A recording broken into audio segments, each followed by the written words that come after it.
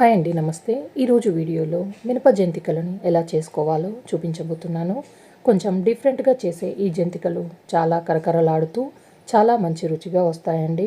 మీరు జంతికలు చేయాలంటే ఈ మెథడ్లో ఒకసారి చేసి చూడండి, మీకు కూడా చాలా బాగా కుదురుతాయి.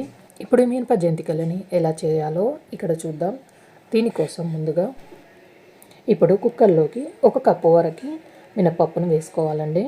ఈ పప్పుని 2-3 సార్లు నీళ్లు పోసి శుభ్రంగా కడుక్కోవాలి. పప్పుని బాగా కడిగి తీసుకున్న తర్వాత మనం ఏ కప్పుతో అయితే మినపప్పు తీసుకున్నామో అదే కప్పుతో 3 కప్పుల వరకు నీళ్ళని తీసుకోవాలండి. ఇప్పుడు ఈ పప్పుని లో ఫ్లేమ్లో 4-5 విజిల్లు వచ్చే వరకు ఉడికించుకోవాలి. చూడండి, 4-5 విజిల్ల తర్వాత పప్పు మెత్తగా ఉడికిపోయింది. ఇలా పప్పుని ఒకదాన్ని నొక్కి చూస్తే ఇలా పప్పు మెత్తగా ఉడకాలి. ఇందులో పోసిన నీళ్లు కూడా కరెక్ట్గా సరిపోయాయండి. అడుగున ఏం నీళ్లు మిగలలేదు. ఇప్పుడు దీన్ని పూర్తిగా చల్లారనివ్వాలి. ఇలా చల్లారిన తర్వాత ఇప్పుడు దీన్ని మిక్సీ జార్లోకి వేసుకోవాలి.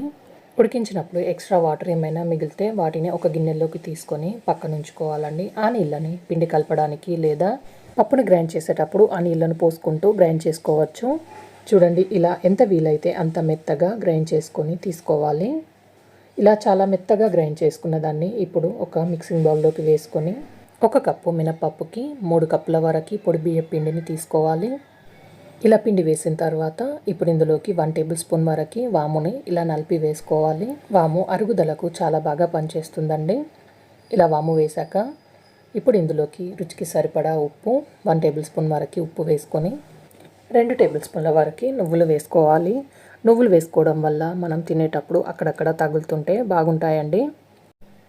నీళ్ళేమీ పోయకుండా ఇదంతా బాగా కలిసేటట్టుగా కలుపుకోవాలి. పొడి బియ్యం పిండి మినపప్పు పేస్ట్లో బాగా కలిసేటట్టుగా ఇలా కలుపుకోవాలి. ఇలా నీళ్లు పోయకుండా మొత్తం కలిపిన తర్వాత చూడండి, ఇక్కడ కొంచెం గట్టిగా అనిపిస్తుంది. మీకు పప్పు ఉడికించేటప్పుడు నీళ్లు మిగిలితే ఆ నీళ్ళని ఇప్పుడు ఇందులో కొద్దిగా పోసుకుంటూ కలుపుకోవచ్చు. నాకు నీళ్లు మిగలలేదు కాబట్టి నార్మల్ వాటర్ కొద్దిగా పోసి కలుపుతున్నానండి. మరీ ఎక్కువ పోస్తే పిండి పల్చగా అవుతుంది. అలాగని మరీ గట్టిగా కలపకూడదు. ఇలా కలిపిన తర్వాత ఇప్పుడు ఇందులోకి బాగా వేడి చేసిన నూనెని 1 పావు కప్పు వరకు ఇందులోకి వేసుకొని ఇలా వేడి నూనె ఇందులో పోయడం వల్ల మనం చేసే జంతికలు నూనె పట్టకుండా క్రిస్పీగా వస్తాయి. మళ్ళీ డైరెక్ట్గా చేతులు పెడితే చేతులు కాలుతాయండి. ఆయిల్ మొత్తం పిండిలో కలిసేటట్టుగా ఇలా బాగా కలుపుకోవాలి. చూడండి, ఆయిల్ పోసిన తర్వాత పిండి ఎలా సాఫ్ట్గా అయ్యిందో. మీరు దీనిపైన తడి క్లాత్ అయినా వేసుకోవచ్చు లేదా నీళ్ళను కొంచెం చిలకరించి ఇలా పిండి ఆరిపోకుండా మూత పెట్టేసి ఇప్పుడు ఈ పిండిని పక్కన ఉంచుకోవాలి. నేను జంతికలు చేయడానికి ఇలా హోల్స్ ఉన్న దాన్ని తీసుకున్నానండి. మీకు నచ్చినది తీసుకోవచ్చు. ఇప్పుడు ఈ జంతికల మిషన్కి ఇలా ఆయిల్ అప్లై చేసుకోవాలి. ప్రతిసారి ఆయిల్ని అప్లై చేయడం అవసరం లేదండి. ఫస్ట్ టైం ఇలా చేస్తే సరిపోతుంది. పిండిని మిషన్లో పెట్టిన తర్వాత మూత పెట్టి క్లోజ్ చేసేసి ఇలా ఒత్తుతూ ఉంటే జంతికల్లా అవే వస్తుంటాయండి. ఇలాగే డైరెక్ట్ ఆయిల్లో వేసుకోవచ్చు లేదా ఇలా జల్లిగంట మీద ఆయిల్ రాసి ఒక్కొక్కటి వేసుకోవచ్చు అండి. లేదా ఇలా కాటన్ క్లాత్ని తడిపేసి అయినా కూడా వాటిపైన వేసుకొని చేసుకోవచ్చు అండి. ఇలా చేసుకొని పెట్టుకుంటే మీరు ఒకేసారి ఆయిల్లో ఎన్ని పడితే అన్ని వేసుకొని చేసుకోవచ్చు. ఇప్పుడు డీప్ ఫ్రైకి సరిపడా ఆయిల్ని తీసుకొని ఆయిల్ని బాగా వేడి చేయాలండి. నూనె బాగా వేడైందో లేదో ఒకసారి చూసుకొని నూనె బాగా వేడైన తర్వాతనే వీటిని వేసుకోవాలండి. మళ్ళీ నూనె బాగా వేడి కాకముందు వేస్తే జంతికలకు ఆయిల్ బాగా పడుతుంది. ఇలా నూనె బాగా వేడైన తర్వాత ఒక్కొక్క జంతికను వేసుకోవాలి. ఆయిల్లో ఎన్ని పడితే అన్ని వేసుకోవాలండి. వీటిని వెంటనే టర్న్ చేయకుండా ఒక 2 నిమిషాల పాటు అలాగే వదిలేసిన తర్వాత మరొక వైపుకు తిప్పుకుంటూ వీటిని వేయించుకోవాలి. వీటిని హై ఫ్లేమ్లోనే పెట్టి వేయించుకోవాలండి. మళ్ళీ లో ఫ్లేమ్లో పెట్టి వేయిస్తే ఆయిల్ వీటికి బాగా పడుతుంది. మనకి పైన వచ్చే నురుగ మొత్తం పూర్తిగా తగ్గిపోయింది అంటే జంతికలు మొత్తం ఫ్రై అయినట్టే అండి.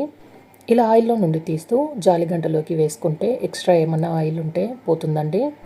ఇప్పుడు వీటిని వేరొక గిన్నెలోకి వేసుకొని మిగతా పిండి మొత్తాన్ని కూడా జంతికల్లాగా చేసుకొని ఆయిల్లోకి వేసుకొని ఫ్రై చేసుకోవాలి. ఈ పండగకి ఈ మినపప్పుతో జంతికల్ని తప్పకుండా ట్రై చేయండి. వీటిని మీరు స్నాక్గా కూడా చేసుకొని తినొచ్చు. ఇప్పుడు ఈ జంతికలు ఎలా వచ్చాయో చూపిస్తున్నాను చూడండి.